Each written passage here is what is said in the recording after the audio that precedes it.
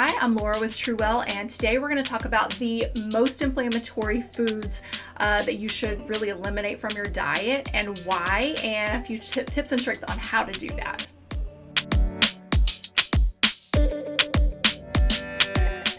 So if you are new to the anti-inflammatory dietary style, I encourage you to refer back to my video that talks all about how to start the anti-inflammatory diet for beginners, and really just kind of focus on the things that are in that. And there is also a free guide, quick start guide, for you to get started on the anti-inflammatory diet as quickly as possible.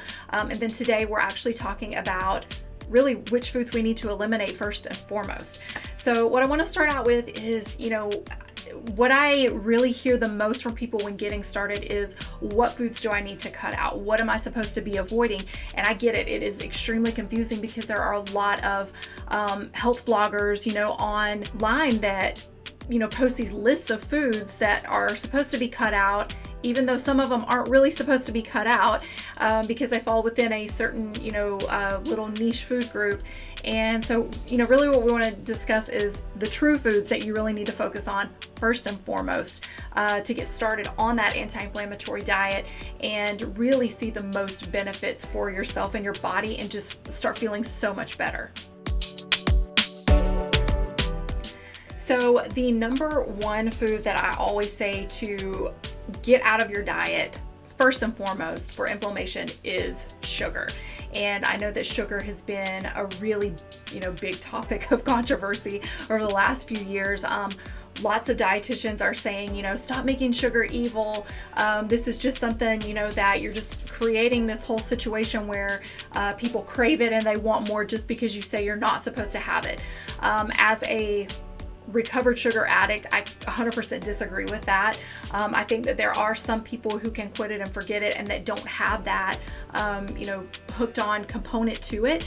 But for others like myself, having sugar and especially refined carbs and even sometimes complex carbs really sent me into overdrive for cravings. And so again, I don't agree with, these dietitians that are saying this and with part of the concepts of intuitive eating.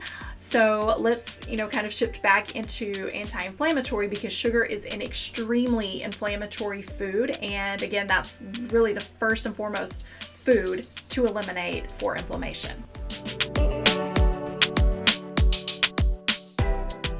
So when we talk about sugars, we have to kind of break down what the difference is in the different types of sugars and how they affect your body. And one thing that I want to start out with is sugar in any form is going to give you a hit on your blood sugar levels. Now, when we have those hits from sugars and really from refined carbohydrates, refined flours, you're going to have a spike in your blood sugar level. And then very quickly after, you're going to have a crash. Now, when we look at blood sugar levels, what we really want is for them to stay within a steady range all day, and this is going to help with inflammation. But sugar has a different kind of punch than only your blood sugar levels. It also messes with your gut bacteria, and we know that there's a lot of research coming out about gut bacteria and how important it is for all different systems in your body. And so we don't want to disrupt that. What we're trying to do is promote healthful gut bacteria, and sugar is really bad for that. So let's start out with natural sugars versus added sugars when you're looking at it in a package. There are a lot of foods that are made with fruits that have natural sugars in them. And so when you look at a food label, some are getting better about this, but it will say the amount of sugars that are in there. The better companies will start listing below that added sugars. If I'm not mistaken, that is possibly going to become a requirement now on the food labels. But for now, we just kind of have to rely on whether or not the food company makes the decision to put it on there. Now, a way to know if sugars are, added in addition to whatever fruit there is in the package, you can actually look at the ingredients at the bottom. There are 1,000,001 different names for sugars, and so I'm going to list those under this video so you can see what those are. And it honestly makes it very confusing to understand what is actually in a package of food and what is not. So my, basic recommendation for going on an anti-inflammatory diet is learn to cook if you don't know how to, and eat as whole foods as possible. Now, the most common places to find sugar is honestly anything that's packaged. Food companies have learned this, that number one, sugar can be very addicting. It just makes you, keep coming back for more and more. It does improve the palatability of foods. There are actually studies that have been done in the past few years that have identified different combinations of food flavors, and they call these hyperpalatable foods. And so they know that when they combine these together, that it gives like an ultimate, punch for what their flavoring is that they want you to have in that food for what they want to achieve. And their main goal, again, is for you to just keep coming back more and more. They want you to love it. They want you to, feel addicted to it and keep coming back. So, any packaged food is most likely going to have sugar in it. Now, what we want to understand is that there are disguised sugars, which we talked about just a second ago, because they've started making, 1,001 different forms of it so that they can put different names for the sugar on the label. And then the other place that you really want to pay attention is the not so obvious places that sugars can be hidden. And those are foods like ketchup, spaghetti sauce, different foods like this. Again, they're matching the food flavors together to make it more palatable for you. And so it's really important to make sure that you're reading those entire food labels to make sure that there is not, sugar added into it that you wouldn't even think would or should be in it. Now, when it comes to replacing sugars, a lot of food companies just automatically add in artificial sweeteners. So basically anything that's diet drinks, diet foods, actually even a lot that are not diet anymore, they're saying, reduce sugar content in the packaging. And what they've done is actually put in artificial sugars. So the artificial sweeteners, this is a kind of big topic of discussion too, because people immediately switch over to these when they can't have sugar anymore. And there are a couple of dietary styles that really kind of recommend backing off of the sweetness, because of some research that has said that your brain and your tongue, palate, everything sort of gets used to a sweetness in foods and craves it more, and that if you pull yourself off of it, that you won't crave it as much. You will not want the sweetness as much. Again, for some people this can be true, and then for others it's very difficult to get to that point. So the point that I want to make is that when we're first getting off of sugars, that we want to rely on some natural sweeteners that are 0 calorie versus artificial sweeteners. So artificial sweeteners are the ones that if you go into a restaurant and you sit down and you have the little container that has all the packets in it, you have pink, yellow, and blue packets, and those are all artificial sweeteners. Those are the ones that are the generic names for them are saccharin, aspartame, and sucralose. And so, again, I'm going to have, this is a lot of information for a video, so I'm going to put the names of these underneath the video so that you know what you're looking at. Really, the sweeteners that are 0 calorie and sugar-free that I recommend are going to be stevia, erythritol, and monk fruit. And these three, again, are 0 calorie. They come from fruits or plants, and that they have been found to be safe, but they don't raise blood sugar levels. Another issue with the artificial sweeteners is that they do wreck gut health. And again, this is something that we really need to be, cognizant of when we're talking about inflammation in the body, is because our gut health is paramount to having good gut bacteria to make sure that all of your systems are operating like they should. Now, the second food that I recommend just completely getting out of your diet is trans fats, and they are extremely inflammatory. They have been chemically altered to stay fresh for longer, and really any kind of like bakery items, croissants, cupcakes, muffins, anything like that, they're going to add trans fats into. Most of these are, I'm not going to say easily avoided, but you're just going to have to avoid the bakery is, bottom line. On food labels,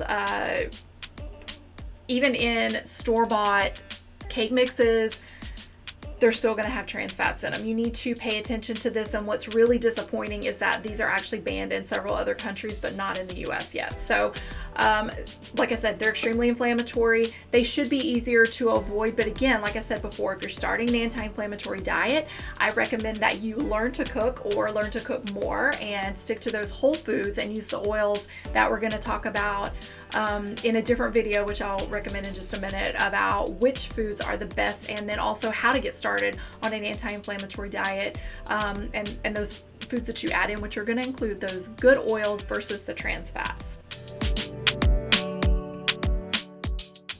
Now, how to recognize trans fats is that on a food label, it's going to say the word hydrogenated or partially hydrogenated. And basically these words just indicate that it is a chemically altered form of fat, and that's how you know it is. Even if on the label it says 0 grams of trans fats, if it has hydrogenated or partially hydrogenated on the label, it does still mean that they have trans fats in them. Where it says 0 grams is because they have figured out a loophole to get around that in labeling laws. So don't pay attention to that. Actually read the ingredients list. Now, the next food to eliminate is refined grains. And this one is a pretty tricky one for a lot of people. And again, we've got just this big controversy going on right now with carbohydrates, and are they good or are they bad? Should you eliminate them and go on low carb and keto? Should you include more?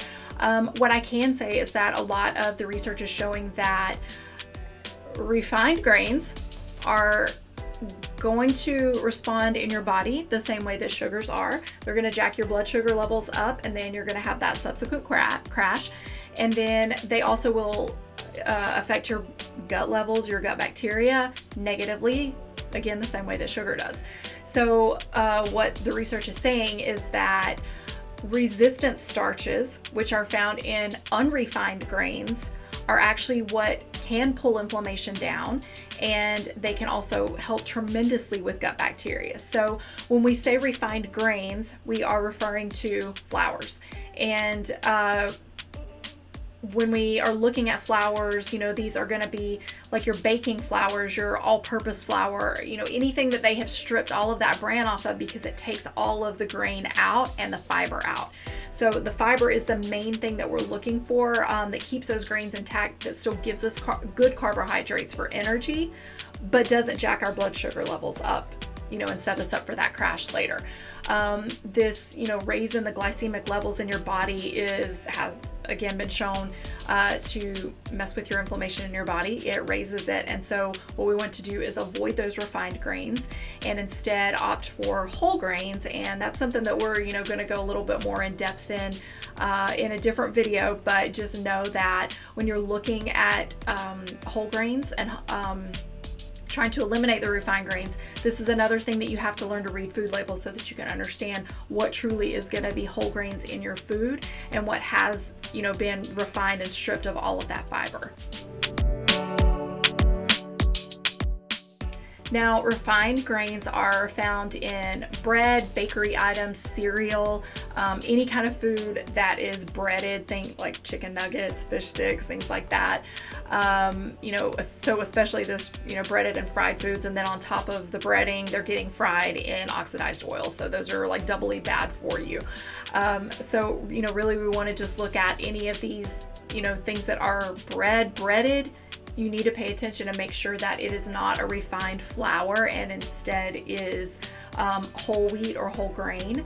And I'm going to be honest, these are going to be a little bit difficult to find. And what I also want you to be careful of is some people think that this can mean shifting over into gluten-free, and that's not really true, because what they do for gluten-free foods is use things like potato starch and rice starches and then ground those down, and those become refined as well. So just be aware that, refined carbs are really everywhere. It's just something that you learn to, recognize as you go along. But when you start out on an anti-inflammatory diet, just kind of keep in mind that we want to just stay away from bread and cereal for now. There are ways to incorporate that later, but when you first get started, this is one thing that we want to cut out so that we can pull inflammation levels down and understand how good our bodies feel without it, and then learn how to bring back a food item, but not using the refined flours and carbs to make them.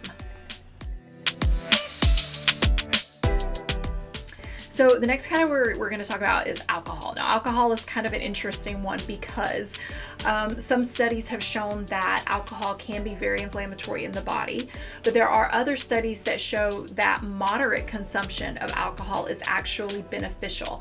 And some of these are kind of, have discussions as to whether it's actually the alcohol, maybe the type of alcohol, because a lot of these studies, and especially for the Mediterranean diet, rely on red wine, but they do say moderate consumption. Now, some studies have suggested that it could be the resveratrol, which is a compound in grapes that is an antioxidant, and maybe that is why there is a beneficial effect of red wine. Bottom line is that a lot of alcohol can be considered not really carbohydrate, but it affects the body similarly. And so if you are going to have alcohol, it is suggested that you have liquor versus sugary wines or beer. And moderate consumption really is the key here. And when we say liquor, cocktails usually, especially if they're made in a bar, and especially if you use those mixers that you can just buy in the grocery store, those things are full of sugar. So those we want to stay away from. Again, I'll have another video that talks about how to make mocktails and cocktails that are sugar-free and that you can have that would still qualify as anti-inflammatory, to be able to enjoy a beverage if you're not going to opt for that red wine. But bottom line is moderate consumption, and then stick to the types of alcohol that are okay, and get away as much as possible from the ones that are sugary and that have more carbs in them, like beer and some of the sweeter white wines, and then those mixed up cocktails that you like get in the bar that you can buy the mixers for. So the next category we're talking about is processed meats, and I know for this big charcuterie board trend that's going on right now, everybody loves them. I love them, but really the bottom line is that the processed meats that go on those are not good for inflammation. So when we say processed meats, we're referring to the meats that have been mechanically put together. So, think like beef jerky sticks, pepperoni, some of these processed meats that we really love. That does include deli meats. It makes it really convenient to make sandwiches and stuff like that, but these are not going to be good for you. They just put in these additives and all of these other things into it to make it all stick together.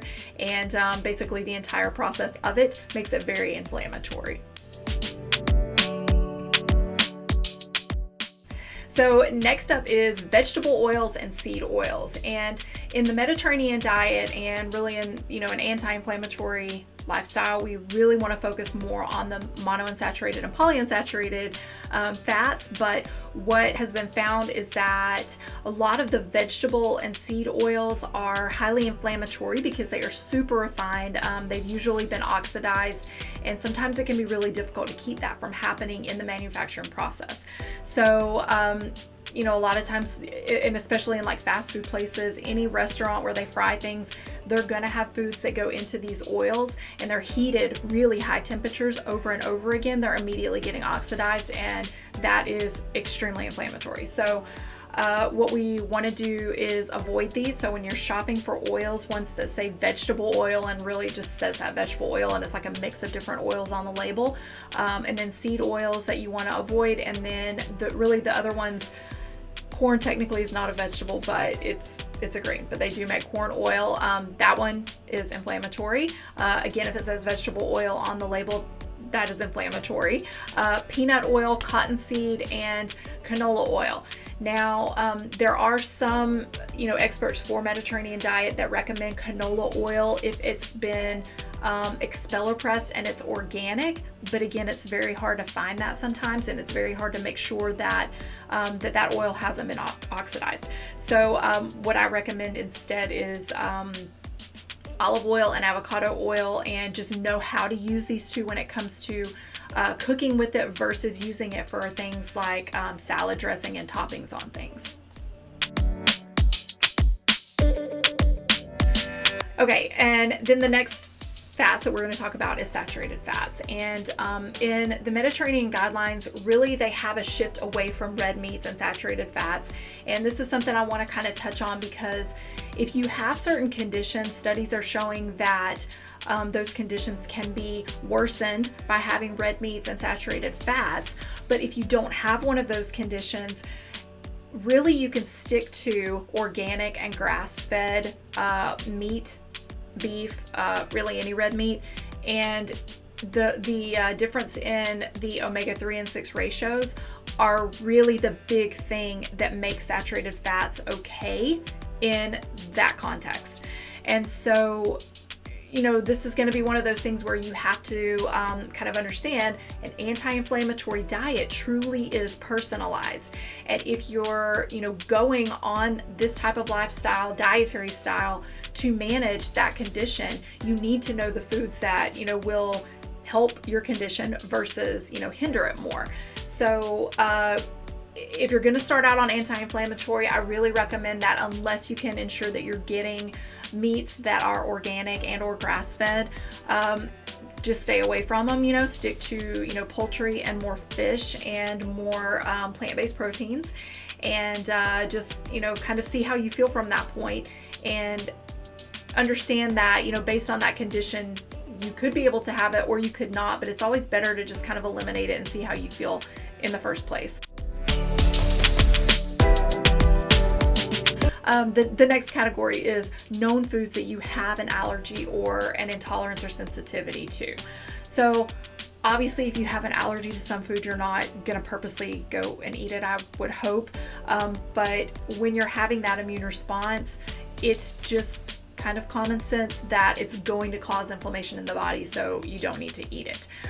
The way to know if you have an intolerance or sensitivity to something, there are a lot of different blood tests and other kind of tests that are available that claim to tell you if you're sensitive or intolerant to foods. Some of these are accurate, some of them are not. We've actually even had allergists tell us that even for true food allergies, that the blood test versus the skin prick test, that sometimes they're accurate, sometimes they're not, sometimes one of them is accurate and sometimes the other is not. It really just depends on, understanding your body, knowing what foods you're eating at that time, and then going from there to figure out which foods you do have those intolerances to. And so the best way to do this, especially, going on an anti-inflammatory diet, is to do an elimination period, which really is better guided by a nutritionist, somebody that knows what they're doing. But it is absolutely possible to do it yourself. And if you know that you have an intolerance to certain foods, just know if you eat it, you're going to induce more inflammation in your body. So again, allergies, foods you're intolerant to or sensitive to, obviously eliminate those from your diet. So the next category we're talking about is foods to avoid based on your condition. Now, depending on what condition you have, there are going to be groups of foods that you should probably eliminate from your diet, even if it's just a temporary basis to see how you respond to it, or foods that studies have shown are, not going to be good for you based on that condition. So just an example of this is people with diabetes should avoid saturated fats because these studies have shown that affects your blood sugar levels, and it also can affect your arteries. So, things like this are what you kind of need to weigh the pros and cons when you're thinking about what kind of foods you want to include or eliminate. Another example would be GI conditions like IBS and IBD. Even though the Mediterranean diet includes a lot of beans and legumes, those can be really irritating and inflammatory for people with these conditions. So just based on your condition, you really need to kind of work from there. Start with that, Mediterranean basic blueprint, and then work from there based on your conditions, the foods that you are allergic or intolerant to. And then next we're going to talk about controversial foods that may or may not need to be eliminated, based on conflicting science. So this last category is the controversial foods that really science has gone either way to say maybe so, maybe not. And a lot of these are some of the ones that I see personally that are on these food lists that food bloggers, health bloggers put up on Pinterest and Instagram and stuff. You just are kind of like, wait a minute, this list says this, but this list says something else. If you know what I'm talking about, please give me a like in this video, because it is extremely confusing and a lot of people don't understand how you can have two different things like that. So let me just kind of back up and explain a little bit. The science behind some of these foods, it has honestly just been inconclusive. And the way that we know this, again, is by an elimination diet to truly know if it's going to affect you or not. One of the biggest things that I see on some of these lists are nightshades. The nightshade food groups include tomatoes, eggplants, a few others. And what the thought is that they irritate people's joints that have arthritis and some autoimmune issues and conditions. And the truth is that even the Arthritis Foundation has said that there are no conclusive studies that say that nightshades do cause inflammation in that way. So again, it is going to be a highly personalized thing that really can only be determined by an elimination diet. So some of these might be, you may have heard some of these before, whole grains, which we discussed a little bit before. We eliminate the refined grains. We go with whole grains, but for a lot of people, grains can be inflammatory. So, elimination diet. Another one would be legumes and grains. Another one would be, legumes and beans. Soy is one. Dairy, for a lot of people, dairy, is pretty inflammatory in the GI tract. For some people, dairy is inflammatory for skin. There's just a whole plethora, and every single body is so different. You just don't know until you do an elimination diet. Another one is red meat, including those saturated fats that come with it. For some people, it's 100% fine. For other people, they can eat it and just, they can tell the inflammation is building up after they eat it. Nightshades, which I just mentioned, and then again, the saturated fats that come with the red meats. So bottom line is that, based on the ones that we know from science, the sugar, the trans fats, processed meats, the sugary forms of alcohol, those things we know for sure. Cut those out if you're starting an anti-inflammatory diet. But the other ones are just gonna, be dependent on that. If you need some help with this, I do have a free quick start guide that is available below this video. And also there's another video that talks about how to get started on the anti-inflammatory diet and tries to kind of break things down to be a little more simple. I encourage you to go watch these other videos, grab that quick start guide, and let me know, what are your other questions when it comes to inflammatory foods? Have you tried some of these before? Do you know that some of them are inflammatory, like say for you, but not for somebody else, or vice versa? Let me know in the comments, and subscribe to the channel. Let me know any other questions you have, and I will gladly try to answer them either in the comments or make a whole new video on them. If you have any other questions, again, let me know, and I'll see you in the next video.